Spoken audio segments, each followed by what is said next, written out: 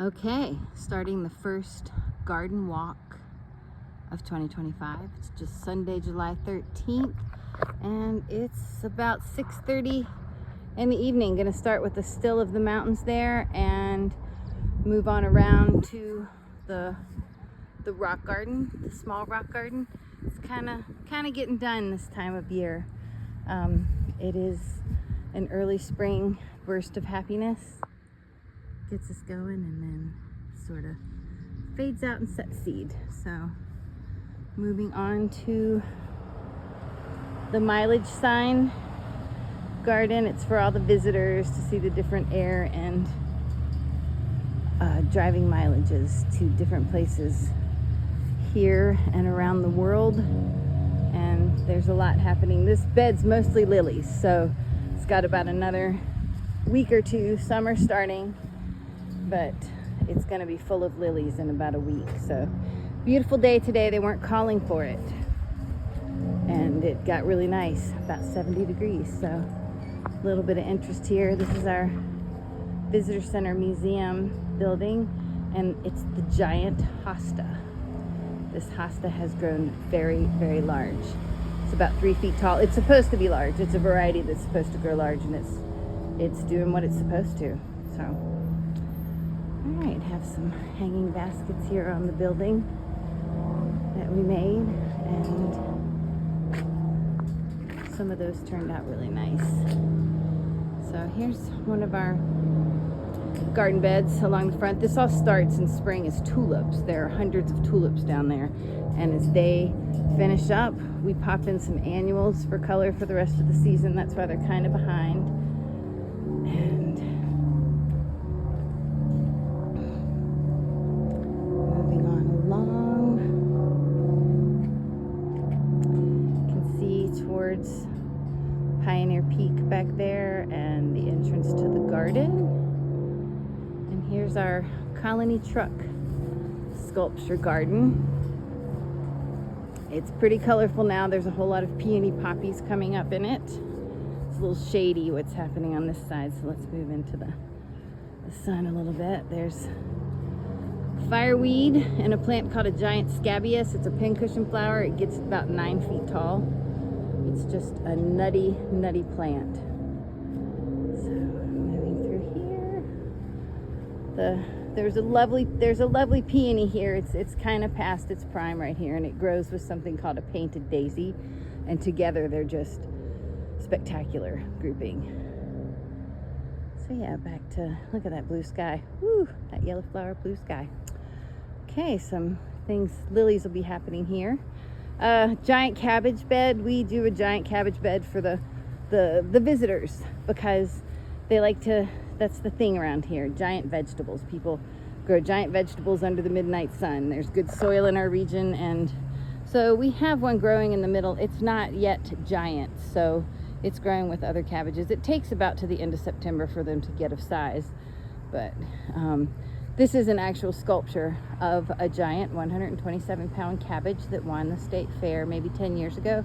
It has since been surpassed in weight. And here is just Iceland poppies love to infest this bed, and we leave them and we put vegetables in amongst them. So we have Brussels sprouts and kohlrabi in amongst the flowers, beautiful red boar kale in amongst the flowers, Swiss chard. Some of this needs to be pulled out and shared with the seniors down the street at the senior center. They get a lot of the veggies that happen here, or we just share with people who happen to be wandering through and might feel the need to eat something green. So that's it. Gonna pan back through here. I'm a terrible videographer. You'd think after all these years I would have gotten it down, but I'm gonna try my best. So as we enter the garden through this arbor, it's a metal arbor that's made to look like vines with leaves, and we grow different kinds of clematis and sweet peas on it. And this is looking into an area that has a red leaf rose tree. It's a huge red leaf rose and an upright clematis and some trolleus, yellow trolleus. 'Tis the season for those. This is the little yellow golden clematis that we grow. And we have sweet peas just starting. So excited for the sweet peas. We started those way back in April and pinched them a few times and took them forever to come on. But here they are, getting tall and making flowers. Okay, wandering through the first perennial garden here. That's called meadowsweet, the tall white stuff.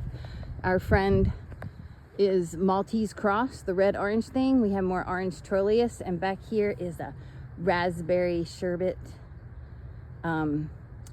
peony, which is tucked back in the mess there. More tall crazy things.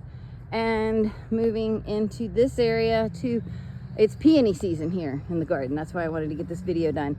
This peony is called the Duchess de Nemours, and it's a white peony that's been in the garden ever since the garden began in 1988. And it is just, as you can see, I mean, the thing, it's as tall as I am. It's over 5 feet tall, and it just, the smell is amazing. It's hard to see how big it is. I'd like to put my hand in there so you can see. The blooms are 6-7 inches wide. They're just amazing. So, and across the way is its friend, Painted Daisy, and more of the giant 9-foot tall pincushion flower.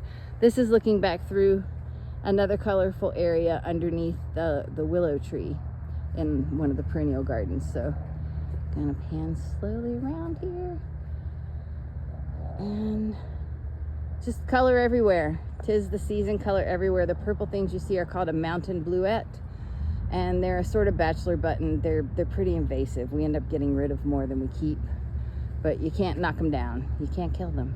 They will persevere through anything. Naudia macedonica is the maroon flower. It's a nice one, and just sort of on these long willowy stems, it sort of just seems to hang out in amongst the rest of the stuff, and you can't even see the stem. It's just like it's hovering in midair. So some more of our perennial beds, and this year we're doing our cannas in a pot in the middle of the bed. Some cannas, some red hot pokers that don't seem like they want to bloom, but hey, we try something different every year, just to see. You got to know. And this is our potato bed, but that pot there is full of potatoes. The potato bed itself is full of buckwheat this year, planted as a cover crop. We'll till that in about another month and a half. Once it blooms, before it goes to seed, we till it in, and it's gonna provide nutrients for that garden. The garden had gotten really sad, so we're gonna try cover cropping and doing nutrients that way instead of just pouring in fertilizers. The 3 rings that have dahlias, those are dahlias, 7 dahlias in each one display. Those won't be here for another 3 weeks probably. This one has one little dahlia in front, but that's sorta, they get to be the star later in the season when the other stuff is finishing. They get to be the star. And so more here, looking back, that's a giant knotweed, not the invasive kind.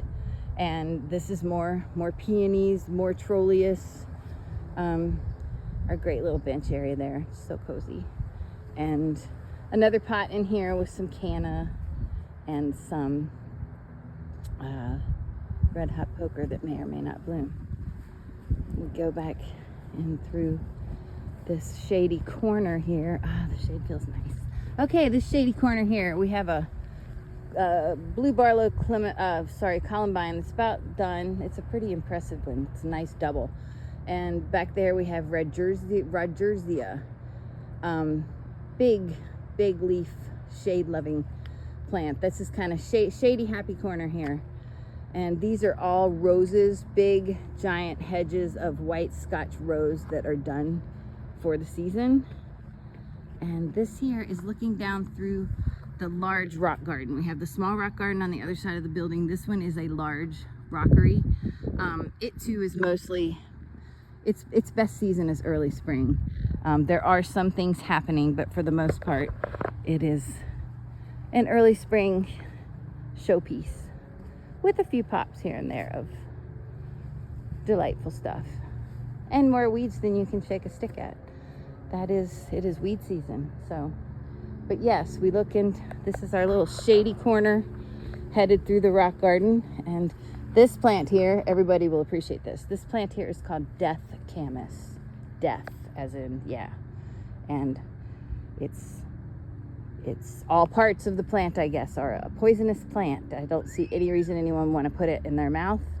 But yeah, kind of we have a few of those in the garden. We have this baneberry, which we have to put a toxic sign on. It's a native Alaska plant, but it is not one that you want to put in your mouth. So we have a poison sign there to remind people of that.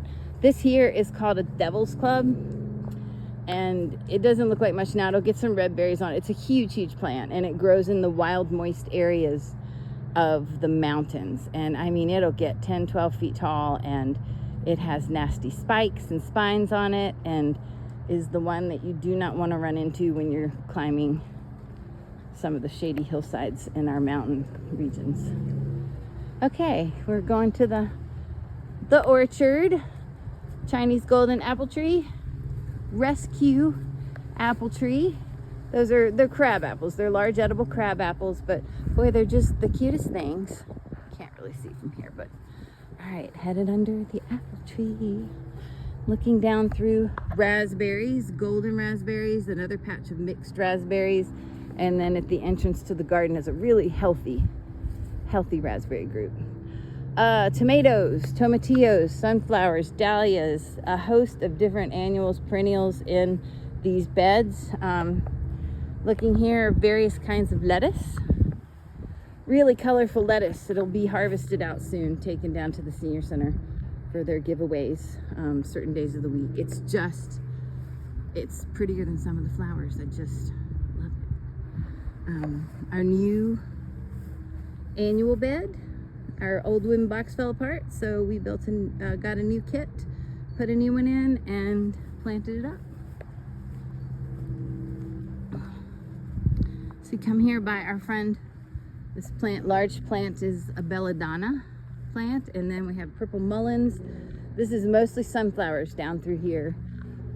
White pearl yarrow, but this is going to be the sunflower display. We also have white dill and giant dill, and some fennel tucked in there. And then this guy here is our shade bed. And we have our little shady seating area, our shade beds, some shade under the lilac tree. That is our giant 90-year-old lilac tree. Beside it is the smelliest thing in the garden right now, a mock orange tree. We just love it. The visitors love it. Big rhubarbs. Our two big rhubarbs, they'll be harvested out this weekend for the garden and art in the garden fair. So yeah, shady bed with some decorative cabbages. They're decorative cabbages and some kale. We had our Himalayan blue poppies in this bed and some of our begonias in this bed. And these plants back here are called salpiglossis painted tongue, and they're so cute. They're just so showy, the stripe. That's the first one that's bloomed this year. And yeah, this is the Himalayan blue poppy. It's one of the few true blue things. We made a purchase from the poppy lady this year and added some because they just love shade, and we need to establish some shade in this bed. We have the Alaska state flower, the forget-me-not, and that is not the actual forget-me-not variety that grows wild here, but that's what they said on the seed packet, and it's actually a Chinese forget-me-not, but we'll just let it slide this year. More kale, flowering cabbages, and little alyssums at the end. So let me just do a quick walk through Peonyville.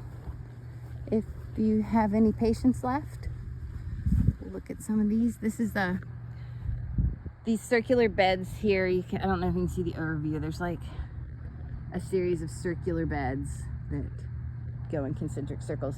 That's a salvia that's happening right now. Some meadow sweet. This yellow stuff is called lady's mantle. It's everywhere, and the purple is big betony or big sage. Have some showy stuff in that little chunk. This one needs a little help. It's supposed to be a geranium display, but it's everything else besides. have a nice peony here. This one's called, the white one is Maximus, Festivus Maximus, I think. I don't know what the pink one is, but there's a few nice ones tucked in here.